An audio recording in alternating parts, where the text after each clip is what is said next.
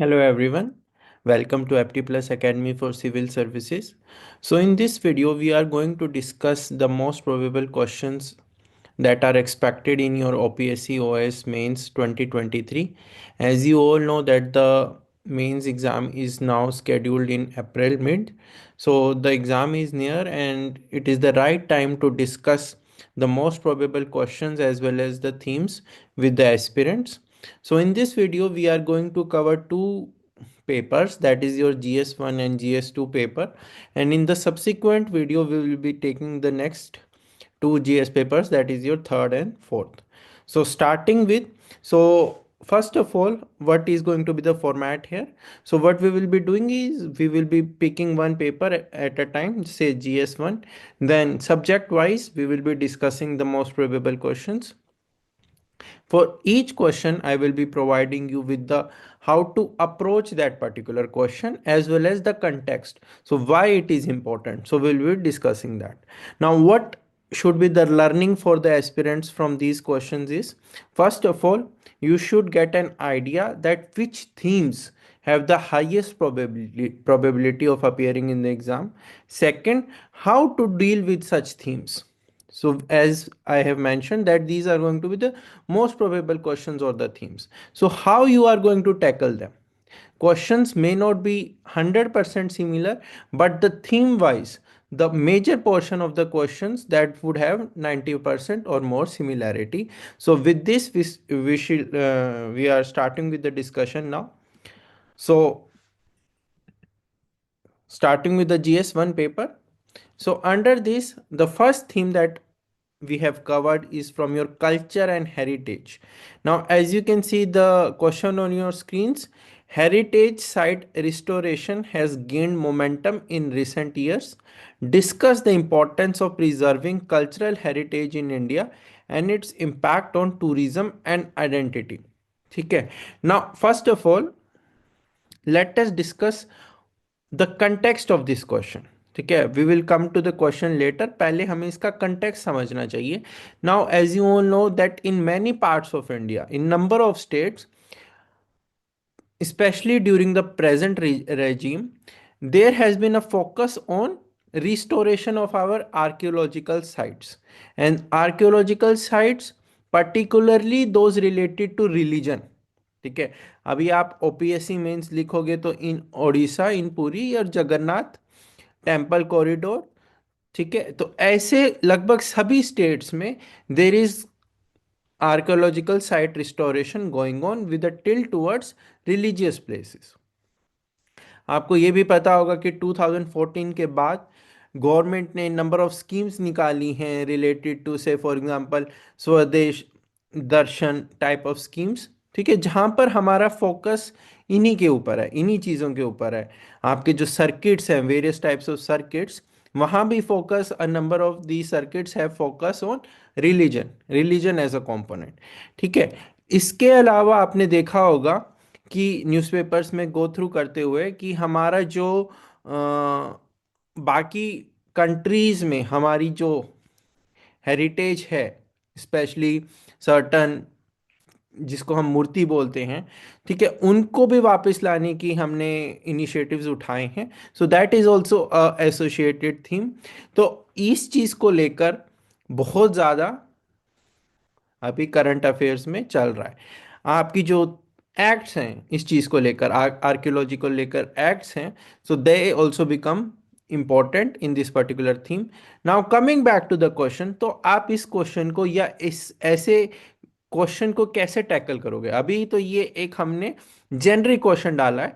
अब इसमें ओडिशा स्पेसिफिक भी आ सकता है, किसी मोन्यूमेंट को लेकर भी क्वेश्चन आ सकता है, किसी एक्ट को लेकर भी क्वेश्चन आ सकता है. ठीक है, तो हाउ विल यू स्टार्ट? ठीक है, so first of all we will try to divide the question into various parts. जैसे कि मैंने आपको पहले भी बताया है अपने डिस्कशन के दौरान कि अगर क्वेश्चन में कोई स्टेटमेंट मेंशन्ड है, like in this particular question a statement has been mentioned that heritage site restoration it has gained momentum in recent years, तो आपने पहले इस लाइन को जस्टिस देना है. कैसे दोगे? तो आप इंट्रोडक्शन में मेंशन करोगे कि अभी पिछले 2 3 या 4 सालों में क्या क्या इनिशिएटिव्स उठाए गए हैं, चाहे वो आपके इंडियन गवर्नमेंट के थ्रू हो या आपने अगर ओडिशा का एग्जांपल डालना चाहते हो तो वो भी डाल सकते हो। ठीक है, तो वो बनेगा आपका इंट्रोडक्शन। राइट, अब depending upon the marks and the word limit आप अकॉर्डिंगली अपना इंट्रोडक्शन, बॉडी और कंक्लूजन को डिवाइड करोगे। Now when we talk about the body, उसमें आप मेंशन करोगे importance of preserving cultural heritage. वहां पर आपने ये हेडिंग डाली, उसके नीचे सब हेडिंग्स आएंगी। सब हेडिंग्स भी आप किस तरीके के बना सकते हो? ठीक है, तो जैसे हम बोलते हैं कि सोशल, पॉलिटिकल, इकोनॉमिक, ऐसे आप डिवाइड कर सकते हो अपनी इस जो कंटेंट होगा, importance of preserving cultural heritage in India, उसको इन सब हेडिंग्स के अंडर आप डिवाइड कर सकते हो। सेकंड होगा इम्पैक्ट ऑन टूरिज्म। यहां पर आप किसी रिपोर्ट को कोट कर सकते हो। ठीक है, यहां पर ये मेंशन करना कि अगर इकोनॉमिक बेसिस के पे हम बोले तो थोड़ा बहुत स्टैटिस्टिक्स देना, that will give you more marks. ठीक है, third, impact on identity. Now identity किस तरीके की आइडेंटिटी? हमारी रिलीजियस आइडेंटिटी, हमारी कल्चरल आइडेंटिटी, तो आप उसको भी depending upon the word limit further segregate कर सकते हो। Right, in the conclusion, now there are number of ways how to conclude this answer. One, जो कि बहुत ही नॉर्मल रहेगा, that you are giving the way forward. ठीक है, एक दो चैलेंजेस मेंशन करके you are mentioning the way forward.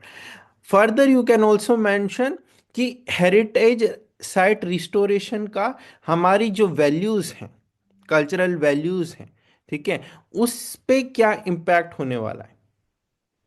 Are you getting my point? जो हमारी फाउंडेशन है एज अ नेशन, हमारी जो फाउंडेशन है, हमारे जो कल्चर की जो फाउंडेशन है, उन पे क्या इम्पैक्ट होने वाला है, पॉजिटिव इम्पैक्ट होने वाला है, that also you can mention. So straight forward question. ठीक है, इसमें अभी कोई फैक्चुअल हमने नहीं चीज़ें डाली, जैसे एक्ट्स हो गई, बट आप एग्जाम्पल डाल सकते हो। The more you will be adding the examples, the more marks you will be getting. Now coming to second, now these two questions they are related to modern history. अब इसमें क्या है, एक तो है आपका first question, discuss the internal and external factors that influence the Indian national movement. ठीक है, तो इसमें ये कोई टाइमलाइन नहीं मेंशन्ड है, पहली चीज आपने जो नोट करनी है। दूसरी चीज, अब पहले आप ये पूछ सकते हो इसका कंटेक्स्ट क्या है। Now this question has been chosen on the basis of analysis done of your PYQs। आपका ओपीएससी में जो मेंस में PYQs आए हैं पिछले कुछ सालों में, and as well as your UPSC mains PYQs, उसके बेसिस पे ये क्वेश्चन डाला है। नाउ ये थीम, जैसे कि मैंने पहले भी बताया था कि ये एक थीम है। अब इस थीम में से एग्जामिनर आपसे सिर्फ इंटरनल फैक्टर्स भी पूछ सकता है, आपसे सिर्फ एक्सटर्नल फैक्टर्स भी पूछ सकता है, आपसे एक स्पेसिफिक फैक्टर भी पूछ पूछ सकता है वो। ठीक है, जैसे कि second world war, first world war, उनका क्या इम्पैक्ट रहा इंडियन नेशनल मूवमेंट पे, तो वो एक्सटर्नल फैक्टर्स के ऊपर आएगा। ठीक है, यहां पर हमने टाइम पीरियड नहीं मेंशन किया हुआ, वो टाइम पीरियड भी बोल सकता है कि आफ्टर से द स्वदेशी मूवमेंट या ड्यूरिंग द गांधीयन एरा। तो ऐसे वो टाइमलाइन भी आपकी रिस्ट्रिक्ट कर सकते हैं। अब यहां पर कुछ भी नहीं मेंशन है, तो आप क्या कर सकते हो, you can start after the revolt of 1857, वहां से आप शुरुआत कर सकते हो। कुछ एस्पिरेंट्स जब इंडियन नेशनल कांग्रेस बना था वहां से भी शुरुआत कर सकते हैं। सो वो ओपन एंड आपके लिए डाला है। बट इंपॉर्टेंट चीज क्या है, आप स्ट्रक्चर कैसे करते हो आंसर को, तो इस वाले क्वेश्चन में क्या करेंगे हम, इंट्रोडक्शन में क्या मेंशन कर सकते हैं। ठीक है, तो इंडियन नेशनल मूवमेंट पहले तो आप डिफाइन करोगे कि आप कहाँ से कौन से टाइमलाइन की बात करने वाले हो। ठीक है, and you will be mentioning that both internal and external factors they did influence both in a positive manner and in a negative manner as well. तो वो भी आपने देखना है। तो अब बॉडी में आप कैसे स्ट्रक्चर करते हो इस क्वेश्चन को, तो एक हेडिंग बनाओगे इंटरनल। ठीक है, उसमें क्या कर सकते हो, आप एक टेबल बना सकते हो जिसमें आप पॉजिटिव एंड नेगेटिव दो कॉलम्स बनाओगे। पॉजिटिव के अंदर अंडर आप वो पर्टिकुलर फैक्टर मेंशन करोगे जो पॉजिटिव इम्पैक्ट किया, और सिमिलरली नेगेटिव के अंदर वो फैक्टर मेंशन करोगे और उसके ऊपर एक दो लाइन लिखोगे। Same you will do for external factors. And please try to maintain the order in a chronological manner. ऐसा नहीं होना चाहिए कि आपने पहले सेकंड वर्ल्ड वॉर लिख दिया, उसके बाद आप फर्स्ट वर्ल्ड वॉर लिख रहे हो या कोई और एक्सटर्नल फैक्टर मेंशन करो। एक क्रोनोलॉजी मेंटेन करके रखनी। ठीक है। अब हाउ टू कंक्लूड दिस, ये इसको कैसे कंक्लूड करेंगे हम? ठीक है। एक तरीका है कि अभी ड्यू टू वर्ड लिमिट आप सारे फैक्टर्स नहीं कर पाओगे, मेंशन नहीं कर पाओगे। ठीक है, तो आपने जो इंपॉर्टेंट फैक्टर्स नहीं है उनको आप इन द कंक्लूजन मेंशन कर सकते हो। This is one way. Second वे, अगर आपने सपोज सिर्फ पॉजिटिव इम्पैक्ट लिखा है, पॉजिटिव इन्फ्लुएंस लिखा है अपनी बॉडी में, तो little bit about the negative influence you can mention in the conclusion. ठीक है, तो वो डिपेंड करेगा कि आपने कितना कंटेंट पहले ही इंट्रोडक्शन और बॉडी में कवर कर दिया है। उसके डिपेंडेंस पे आप अपना कंक्लूजन डिसाइड कर सकते हो। Right. Coming to the third third question, describe the role of eminent freedom fighters from Odisha in India's struggle for independence. How did their contributions shape the socio-political landscape of the state? अब again ये वाली theme इसलिए important है because on the basis of PYQs क्या देखा गया है कि चाहे वो ओपीएससी मेंस एग्जाम हो, चाहे वो यूपीएससी मेंस एग्जाम हो, पर्सनैलिटी बेस्ड क्वेश्चंस बहुत आते हैं। गांधी वर्सेस, ठीक है, गांधी का कंपैरिजन कर रहे हैं अम्बेडकर के साथ, गांधी का कंपैरिजन कर रहे हैं बोस के साथ। ठीक है, तो ऐसे ही ये तो मैंने इंडिया स्पेसिफिक बोल दिया। उड़ीसा में आपके जो फ्रीडम फाइटर्स रहे हैं, दो फ्रीडम फाइटर्स का नाम लिख दिया, तीन फ्रीडम फाइटर्स का नाम लिख दिया, उनके ऊपर राइट शॉर्ट नोट या फिर उनका कंपैरेटिव एनालिसिस। तो इस तरीके के क्वेश्चंस के लिए यू शुड बी प्रिपेयर्ड। ठीक है, तो यहां पर आपने क्या करना है, क्वेश्चन को ध्यान से पढ़ो। ये कह रहा है eminent freedom fighters from Odisha in India struggle for independence. ठीक है, तो जो आप इम्पैक्ट बताओगे, पहली चीज इंट्रोडक्शन में क्या करोगे कि ओडिशा का आप बताओगे कितना कंट्रीब्यूशन रहा है इंडियन फ्रीडम स्ट्रगल। अब यहां पर आपके ऊपर डिपेंड करता है आप कितने फ्रीडम फाइटर्स को लेते हो। Depending upon again word limit पे डिपेंड करेगा, क्योंकि इस क्वेश्चन में एक सब पार्ट और है, तो आप ज़्यादा कवरेज नहीं कर सकते। और ऐसा भी नहीं है कि आपने 10 नाम उठा लिए और उनके ऊपर सिर्फ एक एक लाइन लिख रहे हो। That also won't do justice to your answer. तो बेस्ट तरीका क्या है, आप 5 नाम उठाओ, 5 प्रोमिनेंट नाम उठाओ, उनके ऊपर दो दो तीन तीन पॉइंट लिखो। ठीक है, और जो पॉइंट्स लिखोगे वो सिर्फ इंडियन इंडिपेंडेंस से रिलेटेड होने चाहिए। ये बहुत इंपॉर्टेंट चीज है। ठीक है, तो ओडिशा स्पेसिफिक पॉइंट्स नहीं डालने हैं, उनका इंपैक्ट इंडियन इंडिपेंडेंस पे होना चाहिए, इंडियन इंडिपेंडेंस स्ट्रगल पे होना चाहिए। तो ये बहुत ही इंपॉर्टेंट पॉइंट है इस क्वेश्चन में।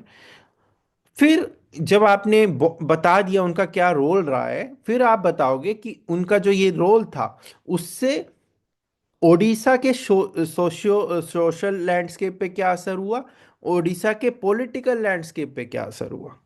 चाहे वो पॉजिटिव पॉजिटिव इम्पैक्ट था, चाहे वो नेगेटिव इम्पैक्ट था, वो मेंशन करोगे।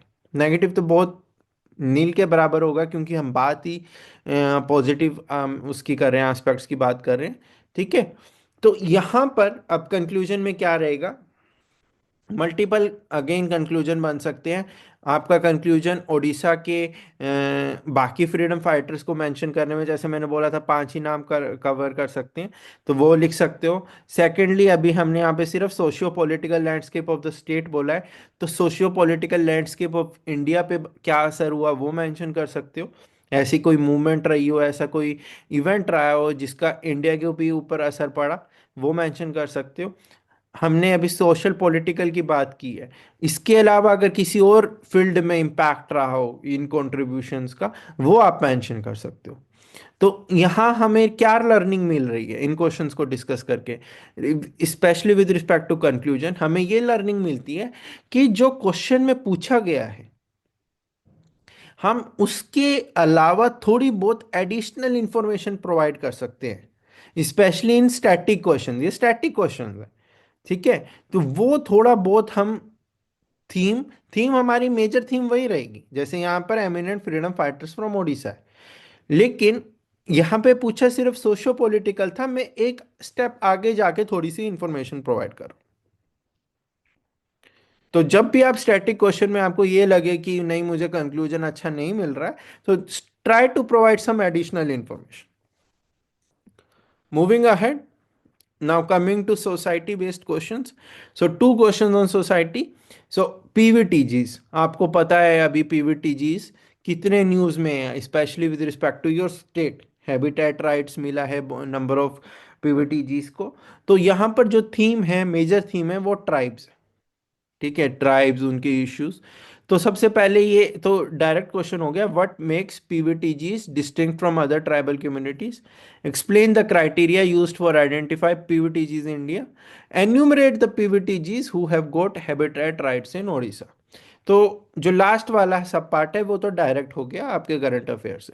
सबसे पहले तो अब हम इस क्वेश्चन को सेग्रीगेट कैसे करेंगे, तो इंट्रोडक्शन में आप बताओगे कि हु आर पीवीटीजीज। कुछ स्टूडेंट्स ट्राइब की डेफिनेशन से भी स्टार्ट करते हैं इस तरह के क्वेश्चन को, that is also a good way.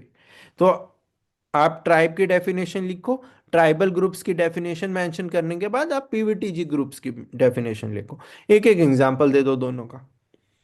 ठीक है, थर्ड तरीका है आप डाटा दो कि इंडिया में कितने ट्राइबल ग्रुप्स है, ट्राइबल पॉपुलेशन है, कितनी पीवीटीजीज हैं, या उड़ीसा में कितने पीवी ट्राइबल पॉपुलेशन है, कितने पीवीटीजीज हैं। ये आप डाटा प्रोवाइड कर सकते हो, इसके लिए आपको एक्स्ट्रा मार्क्स मिल सकते हैं, क्योंकि जितना आप इंफॉर्मेशन प्रोवाइड करोगे relevant to the demand of the question, उतना ही आपको बेनिफिट मिलेगा।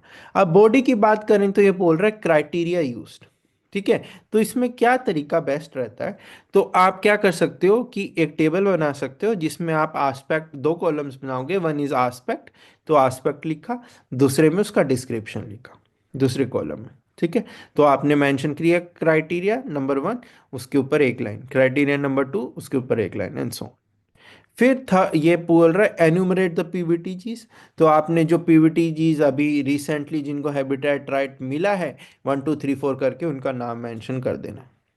राइट, सिर्फ एन्यूमरेट लिखा है, इसके ऊपर कुछ आपने लेंदी कन्वर्सेशन नहीं देनी है। ठीक है, लास्टली अब इसको कैसे कंक्लूड करें, इस क्वेश्चन को कैसे कंक्लूड करें।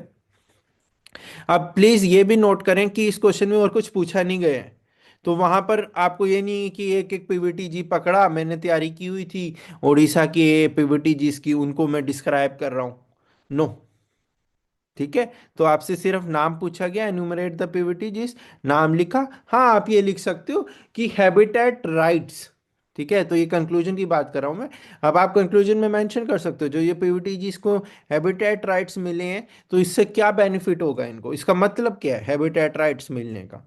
तो mention the act, act mention करोगे, उसके अंडर कौन से सेक्शन के अंडर हैबिटेट राइट्स मिले, क्या इंपैक्ट होगा उस चीज का, वो आप कंक्लूजन में मेंशन कर सकते हो।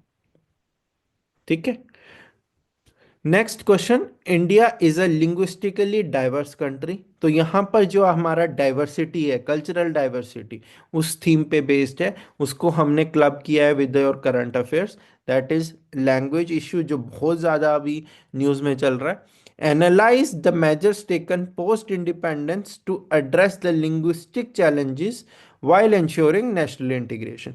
तो ये एक चीज़ है, यहाँ पर तो हमने सिर्फ language as one factor of diversity लिया है, तो पेपर में आपके एग्जाम में कोई भी एक ऐसा फैक्टर पूछा जा सकता है जो कि हमारी फीचर है हमारी डाइवर्सिटी का, और एक साथ में चैलेंज भी है।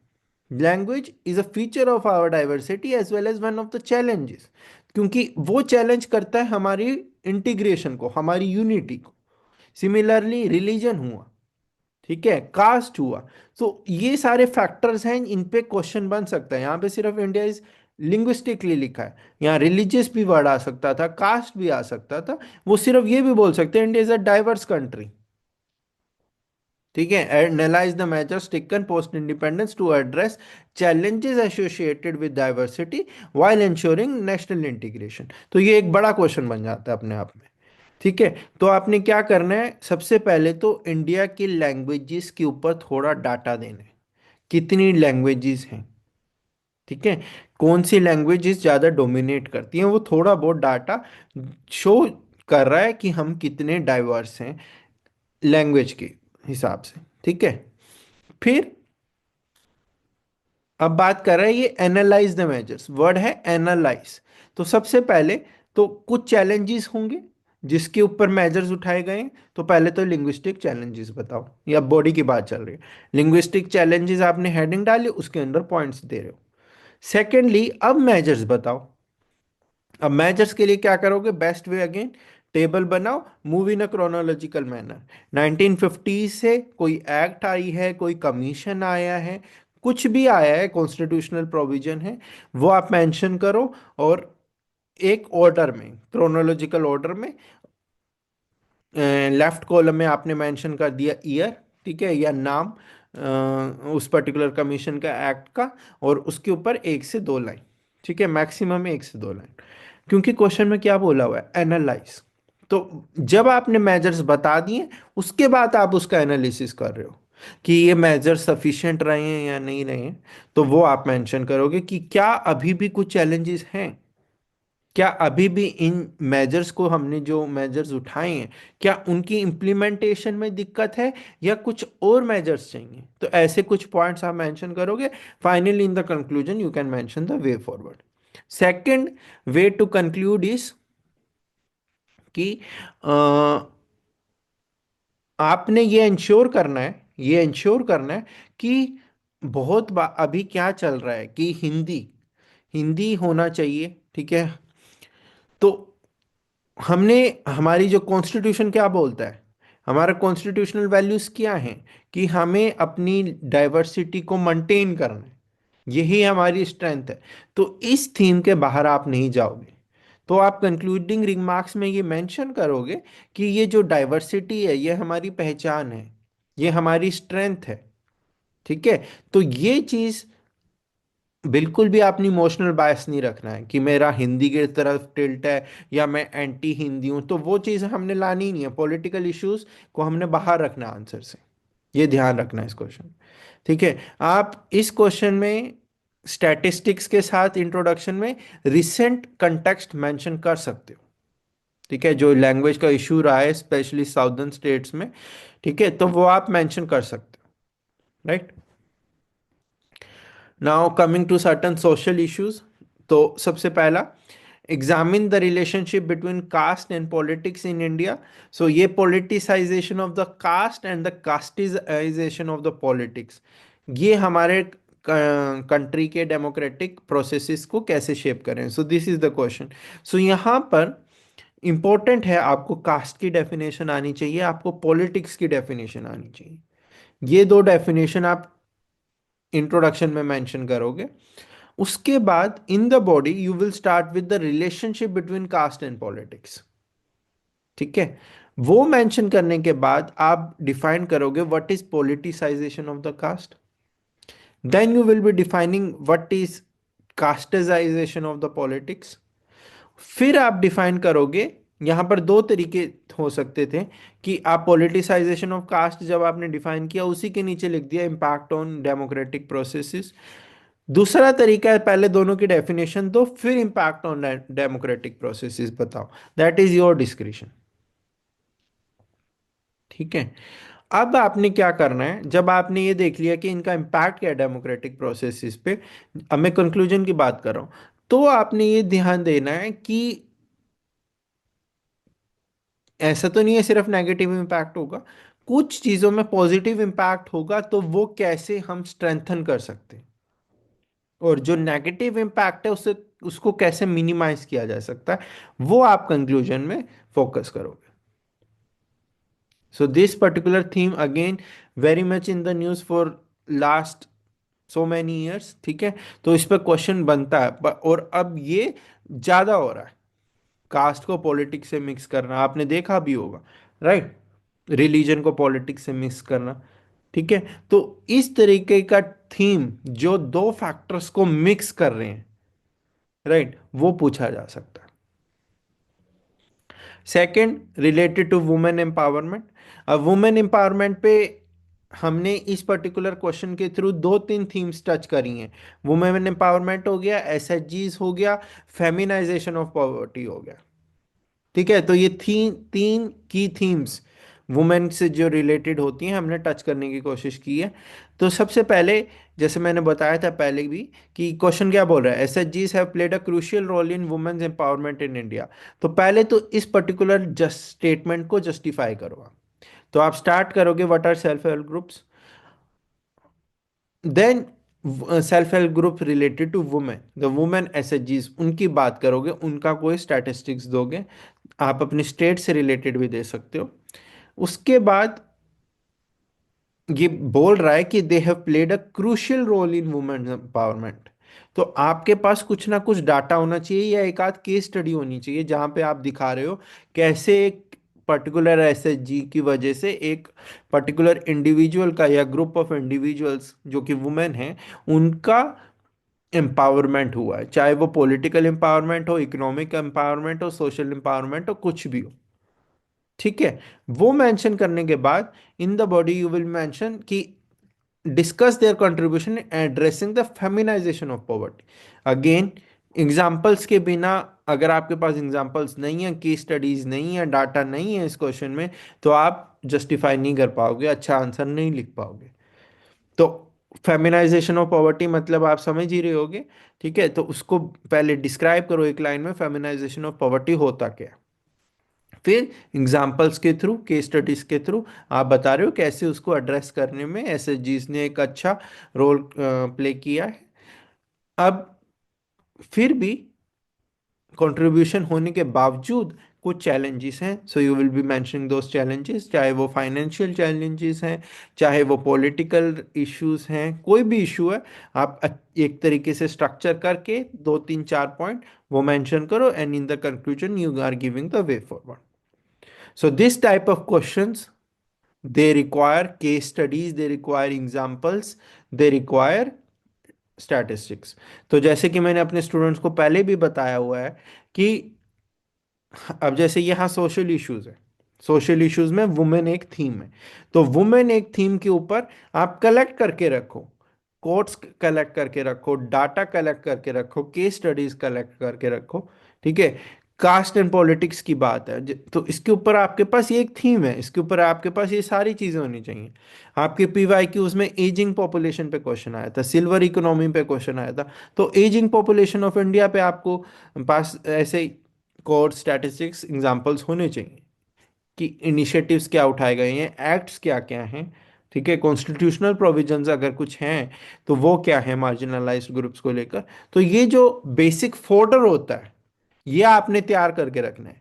ठीक है, क्योंकि जो बाकी चीज है वो है वर्ड फीलिंग, वर्ड फीलिंग जिसको बोलते हैं, ये फोल्डर आपको मार्क्स देगा। Third, despite various legal and policy measures, communalism and communal violence remain challenges to India's social harmony। तो ये वाली जो थीम है, communalism, इसमें अब ये एक मेजर थीम हो गई। आप देखते हो करंट अफेयर्स में कितने इश्यूज होते हैं रिलीजन को लेकर, कास्ट को लेकर, दो कम्युनिटीज को लेकर। ठीक है, कि एक नेबरहुड में दो टाइप की कम्युनिटीज रहती हैं, लड़ाई होगी दोनों के बीच में। तो कितने न्यूज आइटम्स होते हैं। तो identify the root causes of criminalism and assess the effectiveness of measures taken to control criminal violence. So first of all you will be defining, जैसे अब पहले स्टेटमेंट को जस्टिफाई करते हैं, क्रिमिनलिज्म डिफाइन करो, क्रिमिनल वायलेंस को define करो।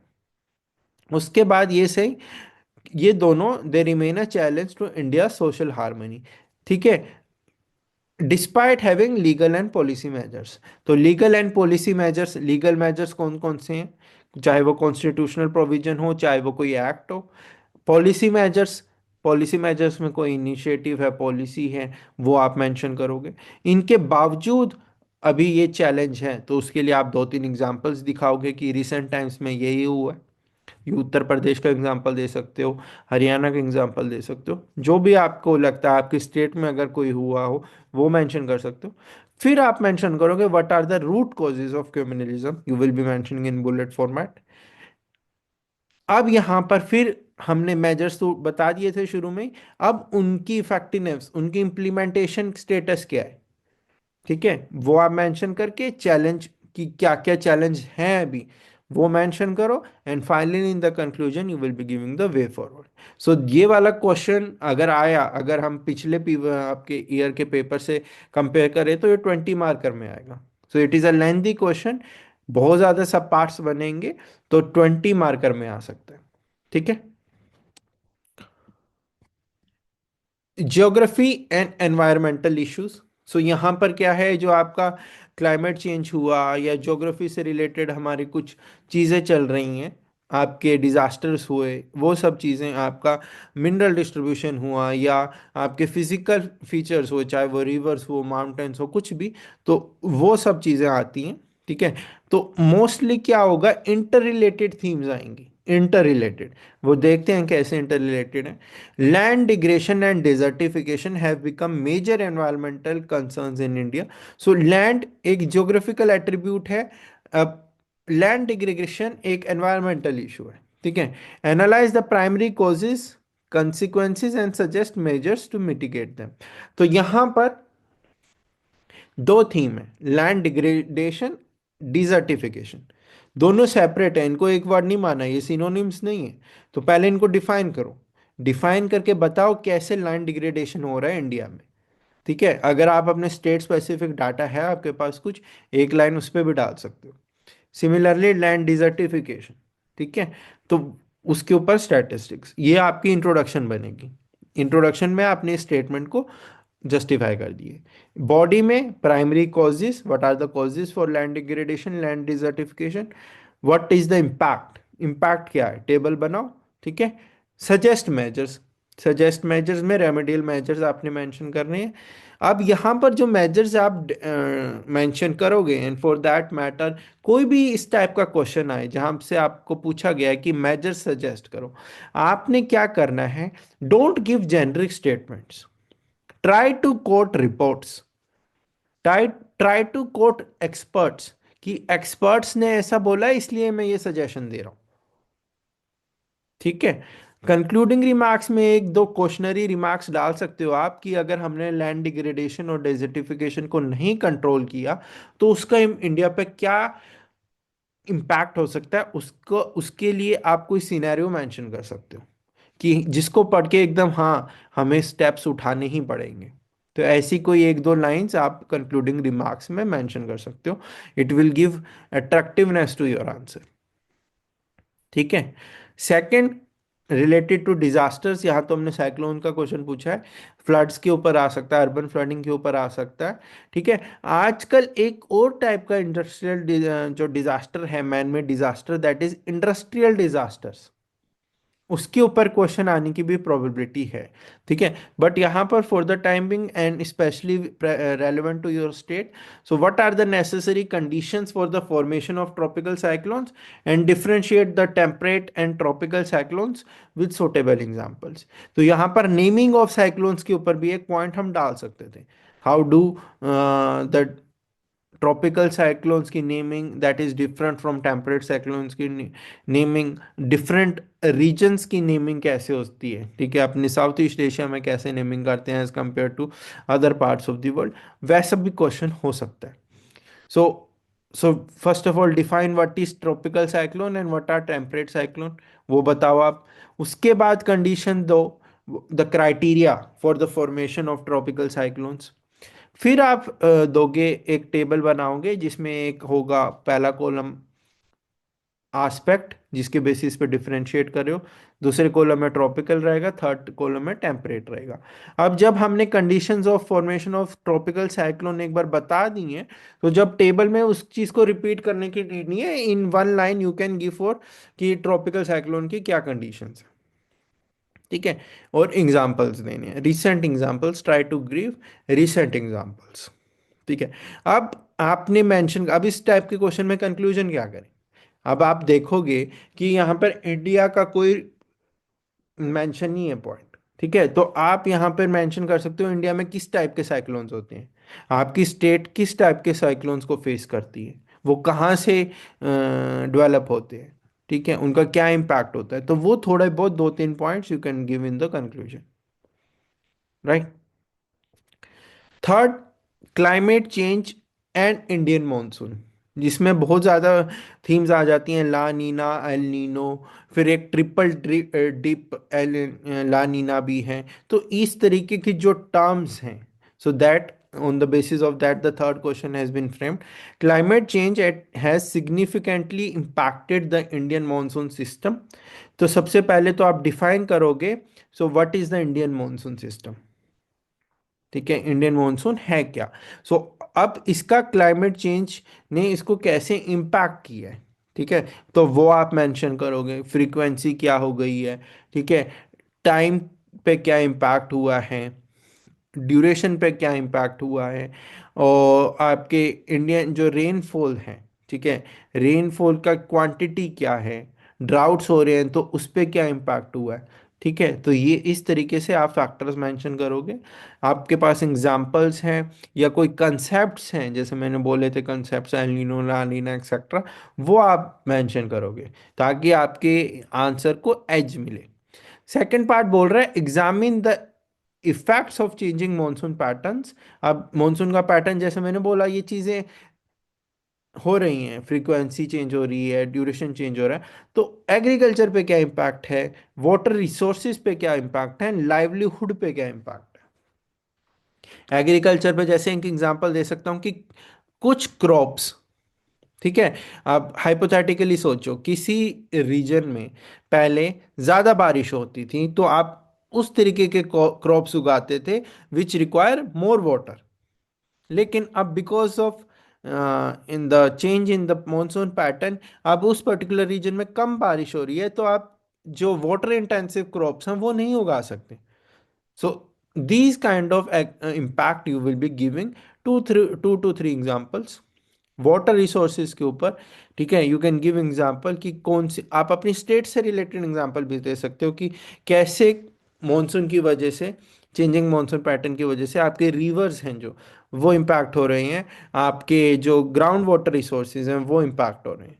Livelihood again, जो communities that are dependent upon rainfall, चाहे वो फार्मर्स हों, चाहे आपके कोस्टल कम्युनिटीज हों, how they are getting affected, so you can mention that. तो ये अगेन इसमें बहुत ज़्यादा कंटेंट चाहिए और अच्छा खासा कवरेज हो रहा है चीज़ों का, right. Despite being mineral rich states, some eastern states of India are still under developed, explain. तो ये क्वेश्चन है आपका मिनरल रिसोर्सेज के ऊपर, ठीक है। आपने देखा होगा कैसे क्रिटिकल मिनरल्स अभी न्यूज़ में हैं बहुत ज़्यादा, एक तो वो कंटेक्स्ट हो गया, दूसरा आपने देखा होगा कि कुछ रीजन्स, इस ये एक हमारा जो हम एक्सपर्ट्स होते हैं इस चीज़ पे बहुत डिस्कस करते हैं कि हमारी जो ईस्टर्न स्टेट्स हैं वहाँ पर कितने मिनरल रिसोर्सेज हैं, कोल हुआ, आयरन हुआ, ठीक है, बहुत ज़्यादा हमारे मिनरल्स पाए जाते हैं ईस्टर्न बेल्ट में। फिर भी as compare to the western states और the northern states they are lagging behind, चाहे वो इकोनॉमिक टर्म्स में हो, चाहे वो पॉलिटिकल एम्पावरमेंट की टर्म्स में हो, तो आप किसी भी फील्ड में देखोगे तो दे आर लैगिंग बिहाइंड। तो what is the reason, reason for that, तो वो इस क्वेश्चन में पूछा गया है। तो यहां पर सबसे पहले तो आपने ये मेंशन करना है कि ईस्टर्न स्टेट्स वो मिनरल रिच हैं, उसको जस्टिफाई करो। कैसे जस्टिफाई करोगे, आप बताओगे कि इंडिया के ईस्टर्न पार्ट में जो स्टेट्स हैं, चाहे उड़ीसा हुआ, बिहार हुआ, झारखंड हुआ, तो वहाँ पर बहुत ज़्यादा मिनरल्स हैं। आप परसेंटेज लिख सकते हो, आप मिनरल्स का एग्जांपल लिख सकते हो, आप मेंशन कर सकते हो कि कितना percentage of the India, India का टोटल है जो वो उन स्टेट्स में पाया जाता है। अब दूसरा ये बोल रहा है eastern states are still under developed. अब आप यहाँ पर ये कैसे जस्टिफाई करोगे, आप उन स्टेट्स का इकोनॉमिक जी कंट्रीब्यूशन जीडीपी में वो मेंशन कर सकते हो कि फलानी स्टेट से, महाराष्ट्र हुआ, वो ज़्यादा कर रही है एज कंपेयर टू दीस, गुजरात ज़्यादा कर रहा है एज कंपेयर टू दीस, हरियाणा ज़्यादा कर रहा है एज कंपेयर टू दीस, तो वो आप मेंशन करोगे। अब हमने बॉडी में क्या करना है, बॉडी में हम वो रीजंस लेके आएंगे, what are the possible reasons for this, ठीक है। रीजंस के बाद उन रीजंस को एड्रेस करने में हम क्या क्या चैलेंजेस फेस कर रहे हैं, दैट यू कैन मेंशन। ठीक है। Finally in the conclusion you can give the way forward.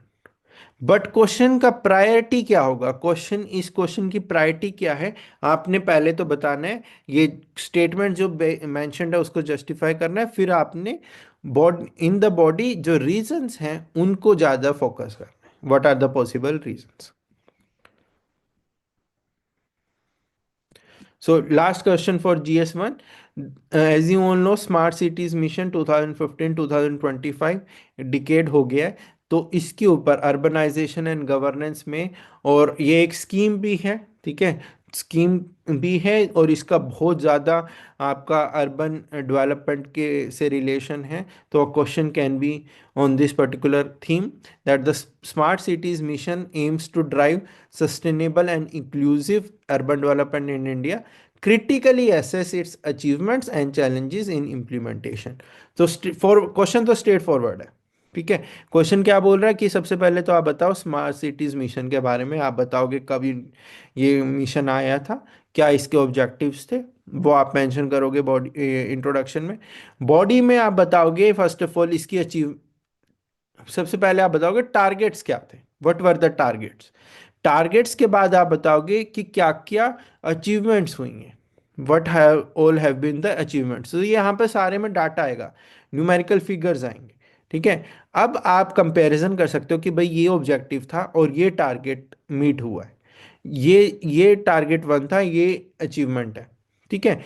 और इतना रह गया है अभी, तो ये एक कंपैरिजन के तौर पे तभी आप क्रिटिकली असेस कर सकते हो। अब ये आपने कर लिया, उसके बाद वो इसके बेसिस पे you will be giving what are the challenges, कि फाइनेंसिस नहीं है, कि पॉलिटिकल इश्यूज हैं, ठीक है, कोऑर्डिनेशन नहीं है डिफरेंट बॉडीज के बीच में। तो वो चीज़ आपने मेंशन करनी है as challenges, and finally in the conclusion you will be giving the way forward. Right. So straight forward simple question, but the important thing is कि 10 साल आ गए। तो अगर आपको लगता है किसी पर्टिकुलर स्कीम को, and it is a very important mission, ठीक है, उसको एक 10 ईयर्स हो गए हैं, 20 ईयर्स हो गए हैं, ठीक है, कोई एक्ट है जिसको 20 ईयर्स हो गए हैं, 75 ईयर्स हो गए हैं किसी चीज़ को, 50 ईयर्स हो गए हैं किसी चीज़ को, तो उन पे फोकस करो, चाहे वो इंडिया रिलेटेड हो चाहे वो आपके स्टेट से रिलेटेड हो। Yes. Now we will be taking the paper two, that is your GS paper two. तो यहाँ पर हमारे सब्जेक्ट्स जो रहते हैं, दैट इज पॉलिटी हुआ, कॉन्स्टिट्यूशन हुआ, आपका गवर्नेंस हुआ, ठीक है, आपका ओडिशा रिलेटेड, यही सिमिलर चीज़ें, थोड़ा बहुत आईआर के ऊपर भी क्वेश्चन आ सकता है। So let's start with the important themes. तो यहाँ पर आप जब हम क्वेश्चंस देखोगे आप, तो जो हेडिंग है वो अपने आप में एक एक्सपेक्टेड थीम है। ठीक है। उस एक्सपेक्टेड थीम पे क्या क्वेश्चन आ सकता है, वो as examples I have given in this yellow box. ठीक है। तो आपका फोकस थीम पे भी रहना चाहिए। तो यहां पर नंबर वन थीम जो रहेगी, दैट इज जुडिशियल रिफॉर्म्स। हमने अभी देखा है दिल्ली में क्या हुआ, कोलिजियम सिस्टम के ऊपर कितना डिबेट रहता है। तो जुडिशियल रिफॉर्म्स बहुत ही ज़्यादा न्यूज़ में रहते हैं, इन पे बहुत फोकस रहता है। एनजेएसी हुआ, कोलिजियम हुआ, अपॉइंटमेंट हुआ, तो ये सब इंटर रिलेटेड थिंग्स हैं। Judiciary versus executive and legislative हुआ। ठीक है। तो evaluate the need for judicial reforms in India with the focus on ensuring accountability and transparency within the judiciary. Discuss the challenges and suggest measures to enhance judicial accountability. Question काफी lengthy है। तो first of all आप बताओगे what is judiciary, judiciary है क्या। ठीक है। Then you will be mentioning the need for judicial reforms via giving the examples। Examples जैसे कि अभी दिल्ली वाला एपिसोड हुआ, तो ये हमें ये दर्शाता है। तो ये तो एक हो गया। दूसरा आप मेंशन कर सकते हो कि एनजेएसी वाला था जो पॉइंट, कि जुडिशरी इटसेल्फ इज अपॉइंटिंग जजेस। ठीक है, वो एक अपने आप में एक बहुत ही इंपॉर्टेंट पॉइंट है। Third, the number of pending cases, वो आप रिफ्लेक्ट कर सकते हो कि अगर एक सिस्टम है, हमने सिस्टम बनाया हुआ है, इस्टेब्लिश किया हुआ है जुडिशरी एज अ सिस्टम, और उसका काम क्या है?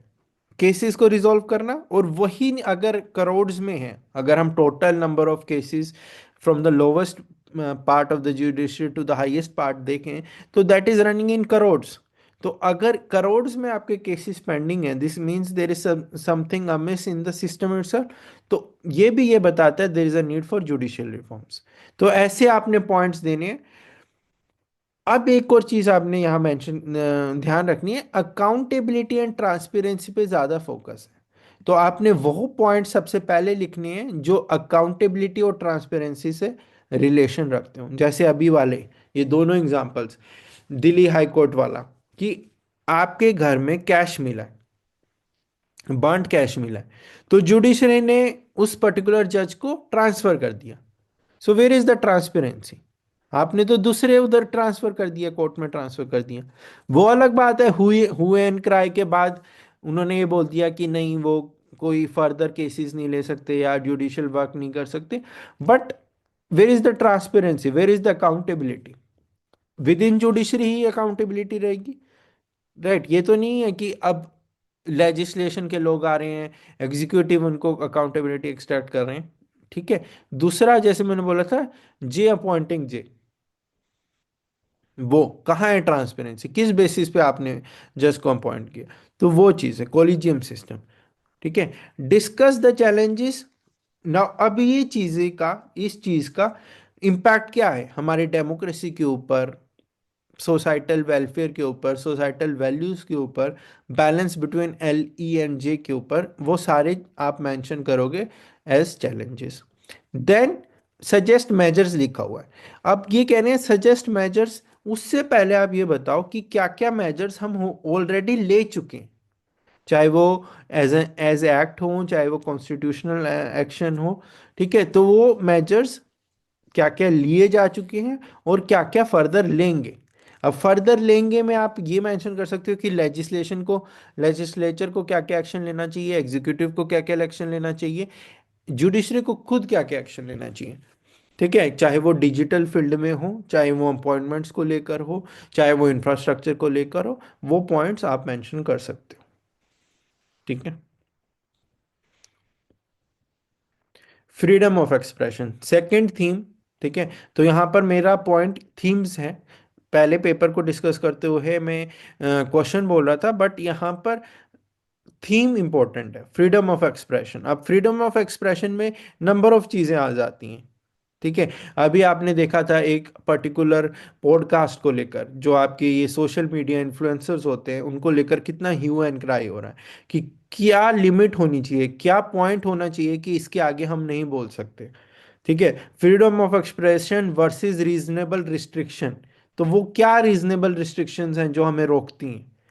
ठीक है। सो all these recent examples, on the basis of that this question has been framed, that freedom of expression under 19 article 191A of the Indian Constitution is subject to reasonable restrictions. Discuss the scope and limitations of this right in light of the recent judicial pronouncements. तो ये question straight forward question है। सबसे पहले बात कर रहा है आपके आर्टिकल 191A की। तो बताओ आर्टिकल 191A है क्या? ठीक है। उसका स्कोप क्या है? ठीक है। स्कोप कैसे बताओगे? स्कोप बताओगे आप on the basis of judiciary ने कैसे 191A को इलेबोरेट किया है, उसको एक्सपेंड किया है, उसकी रीच को, वो आप मेंशन करोगे। अब लिमिटेशन में आप रीजनेबल रिस्ट्रिक्शंस बताओगे, जो आपके कॉन्स्टिट्यूशन में रीजनेबल रिस्ट्रिक्शंस मेंशन्ड है वो आप 1 2 3 करके एन्यूमरेट कर दोगे। ठीक है। अब इन द कंक्लूजन, कंक्लूडिंग रिमार्क्स में आपने ये दिखाना है कि कैसे हमें इन दोनों के बीच में बैलेंस बिठाना है, फ्रीडम ऑफ एक्सप्रेशन के बीच में और जो हमारा रीजनेबल रिस्ट्रिक्शंस है उनके बीच में कैसे बैलेंस बिठाया जा सकता है, उसके ऊपर you can give certain points. Right. Straight forward question, but important question because news में बहुत है। अब पिछले एक साल में तो बहुत ज़्यादा, specially after this social media, जो आपका बहुत ज़्यादा रहा है, social media influencers etcetera, podcast etcetera, उसके बाद इस पर फोकस बहुत ही ज़्यादा है। Role of parliament. तो अब आपने देखा होगा इस क्वेश्चन का कंटेक्स्ट क्या है, इस थीम का कंटेक्स्ट क्या है। पहला कंटेक्स्ट कि जो हमारा पार्लियामेंट है, अगर हम सिर्फ अगर as a concept as a theory बात करें, तो पार्लियामेंट की इंपॉर्टेंस क्या है, सिग्निफिकेंस क्या है। ठीक है, लो गवर्निंग बॉडी है, ऑपोजिशन होता है, ऑपोजिशन अकाउंटेबिलिटी एक्सट्रैक्ट करता है आपके रूलिंग रेजिम में से। फाइनेंशियल, चाहे वो किसी भी टाइप की अकाउंटेबिलिटी हो, फाइनेंशियल हो, पॉलिटिकल हो, कोई भी इंपॉर्टेंट इशू है उसके ऊपर गवर्नमेंट से क्वेश्चंस रेज कर सकता है। So parliament as a platform का बहुत ज़्यादा रोल है। ठीक है, तो अब ये पॉइंट उठता है कि हमने देखा है पिछले कुछ सालों में कैसे पार्लियामेंट लोग जाम जो रहता है, बार बार पार्लियामेंट को adjourn किया जाता है, ऑपोजिशन पार्लियामेंट को चलने नहीं देता, रूलिंग रेजिम बिना वोटिंग के एक्ट्स को पास कर देता है। ठीक है, कुछ एक्ट्स को as a money bill pass कर दिया जाता है। तो इस तरीके के इश्यूज हम देखते आए हैं। ठीक है, पिछले 5-10 साल में बहुत ज्यादा ऐसे इश्यूज देखे। तो ऐसे में पार्लियामेंट का क्या रोल रहता है, और ये तो रहा parliament as an overall, Lok Sabha Rajya Sabha. ठीक है, राज्यसभा की क्या सिग्निफिकेंस है पर से। ठीक है, तो ये एक major theme. So in this particular case only one particular aspect has been chosen, that is analyze the role of the Indian parliament in the budgetary process. How does the parliamentary oversight ensure fiscal responsibility and transparency in governance? ठीक है, तो सबसे पहले तो आप Indian parliament के बारे introduction में इंडियन पार्लियामेंट के बारे में बताओगे कि इंडियन पार्लियामेंट में कौन कौन है, लोकसभा, राज्यसभा, प्रेसिडेंट, ये सब आते हैं। तो अब you can also mention the articles if you are aware of. Then you will be mentioning what is the budgetary process, budget होता क्या है, उसके ऊपर एक दो line, if you remember the articles you can mention those also. Then in the body start with the role of Indian Parliament in the budgetary process, कैसे budget में parliament का रोल रहता है। ठीक है, starting, and you have to move again in a chronological manner, right from initiation till ratification of the budget. ठीक है, यहाँ पर आप एक लाइन में जो further demand of grants, supplementary, additional grants etcetera होते हैं, उनको भी मेंशन कर सकते हो। You can also mention about the parliamentary committees. ठीक है, क्योंकि ये सिर्फ बजट, जो अपना यूनियन बजट है, आप उस तक रिस्ट्रिक्ट ना रह के ये भी मेंशन कर सकते हो कि बाकी जो हमारे मिनिस्ट्रीज होती हैं, डिपार्टमेंट्स होते हैं, उन उनके उनसे अकाउंटेबिलिटी एक्सट्रैक्ट करने में भी पार्लियामेंट का रोल रहता है। You can bring about the role of CAG etcetera in one one one line. उससे ज़्यादा आपके पास वर्ड लिमिट होगी भी, वर्ड्स होंगे भी नहीं। Now it says how does this parliamentary oversight ensure physical responsibility. First thing, तो फिजिकल रिस्पॉन्सिबिलिटी में कैसे हेल्प हो रही है, वो आप पॉइंट्स दोगे, 3-4 पॉइंट्स। ट्रांसपेरेंसी इन गवर्नेंस, उसमें कैसे हेल्प मिल रही है, that you will be mentioning. अब कंक्लूजन में, जैसे कि हमने पहले स्टोरी डेवलप की थी कि रिसेंट टाइम्स में कैसे पार्लियामेंट बैक बर्नर पे जा रहा है, वो अपना रोल अच्छे से इफेक्टिवली नहीं निभा पा रहे हैं। तो वो चैलेंज मेंशन करने के बाद you can give certain way forward points. So this is how you will be giving the complete answer. तो यहाँ से हमें ये लर्निंग मिलती है कि कभी भी कोई भी आप आंसर स्टार्ट करते हो, जैसे कि अपने आंसर को एक स्टोरी मानो। ठीक है, try to develop your answer as a story. You start with the introduction, तो उसके बाद step by step connecting each and every point, each and every paragraph, you are moving towards the end and you are giving a closure to your answer। जैसे मैं अपने students को बताता हूँ कि कोई भी अगर मूवी है, स्टोरी है, अगर वो ओपन एंडेड छोड़ दें, उसको हम एंडिंग ना दें, तो वो अच्छी नहीं लगती, कंप्लीटनेस नहीं आती है। सिमिलरली अगर आप अपने क्वेश्चन को बीच में ही छोड़ दोगे, एक क्लोजर स्टेटमेंट नहीं दोगे, वो अच्छा नहीं लगेगा। There will be not be a completeness in your answer, and that will be reflected in the marks that you secure। तो ज़्यादा मार्क्स सिक्योर करने के लिए give a closure to your answer and always give a positive, optimistic conclusion, not a pessimistic। ठीक है, ये नहीं कि आप पेसिमिस्टिक आउटलुक पोर्ट्रे कर रहे हो अपने आंसर्स के थ्रू। You are writing a civil services exam, you are aspiring to be a civil servant, तो आपका जो आउटलुक है वो हमेशा पॉजिटिव रहना चाहिए even in difficult situations, and that should be reflected in your answers. E governance as a theme, तो इसके ऊपर तीन टाइप के questions I have added. So one is related to the digital India initiative. तो बहुत आपको ये समझ आ रहा होगा कि जो प्रेजेंट रेजिम है, बीजेपी रेजिम है इन योर सेंटर, तो वो अराउंड 2014 आया था। ठीक है, उन्होंने आते ही बहुत ज़्यादा इम्पोर्टेंट स्कीम्स, इनिशिएटिव्स उठाए थे, और उन इनिशिएटिव्स को अब लगभग 10 साल हो गए हैं। ठीक है, 10+ ईयर्स हो गए हैं। तो अब हम इस पोजीशन में हैं कि अब उन स्कीम्स को, उन इनिशिएटिव्स को, उन मिशन को हम एनालाइज कर सकें। चाहे वो आपका डिजिटल इंडिया हो, स्किल इंडिया हो, जन धन योजना हो। ठीक है, तो ये जो स्कीम्स थी, अब ये पोजीशन है, अब ये टाइम आ गया है कि हम उनका एनालिसिस कर सकें। So be prepared for such questions. Discuss the progress and challenges of digital india initiative in promoting e-governance. How has the digital transformation impacted service delivery and transparency in governance? So again, number of parts are there. So first of all, in the introduction, define, mention in brief about Digital India Initiative. Then in the body, first, progress, क्या क्या achievements रही हैं, on the basis of क्या क्या targets थे। What are the challenges, क्या क्या challenges face कर रहे हैं in present, at present, in achieving those objectives. Third, ये दो आपकी सब हेडिंग्स हो गई बॉडी की। How has digital transformation impacted service delivery. यहां पर अब केस स्टडीज और एग्जांपल्स आएंगे। अगर आपके पास स्टैटिस्टिक्स हैं कि इतना परसेंट हेल्प मिली है, इतना रेवेन्यू, सॉरी, इतना इकोनॉमिक कॉस्ट हमने बचाया है, तो वो आप मेंशन कर सकते हो। देन ट्रांसपेरेंसी इन गवर्नेंस, उस पर क्या इन्फ्लुएंस रहा है, कि एक दो case studies you can mention there as well. फिर आप मेंशन कर सकते हो इन द कंक्लूजन दैट जो चैलेंजेस हैं डिजिटल हमारी इसको लेकर, इकोनॉमी को लेकर, specially those related to digital illiteracy, digital divide between certain regions, digital infrastructure को लेकर, उन पे आप वे फॉरवर्ड दे सकते हो। ठीक है, evaluate the challenges in implementing data protection law. तो डाटा प्रोटेक्शन बहुत ही इंपॉर्टेंट, डाटा प्राइवेसी बहुत ही इंपॉर्टेंट पॉइंट है।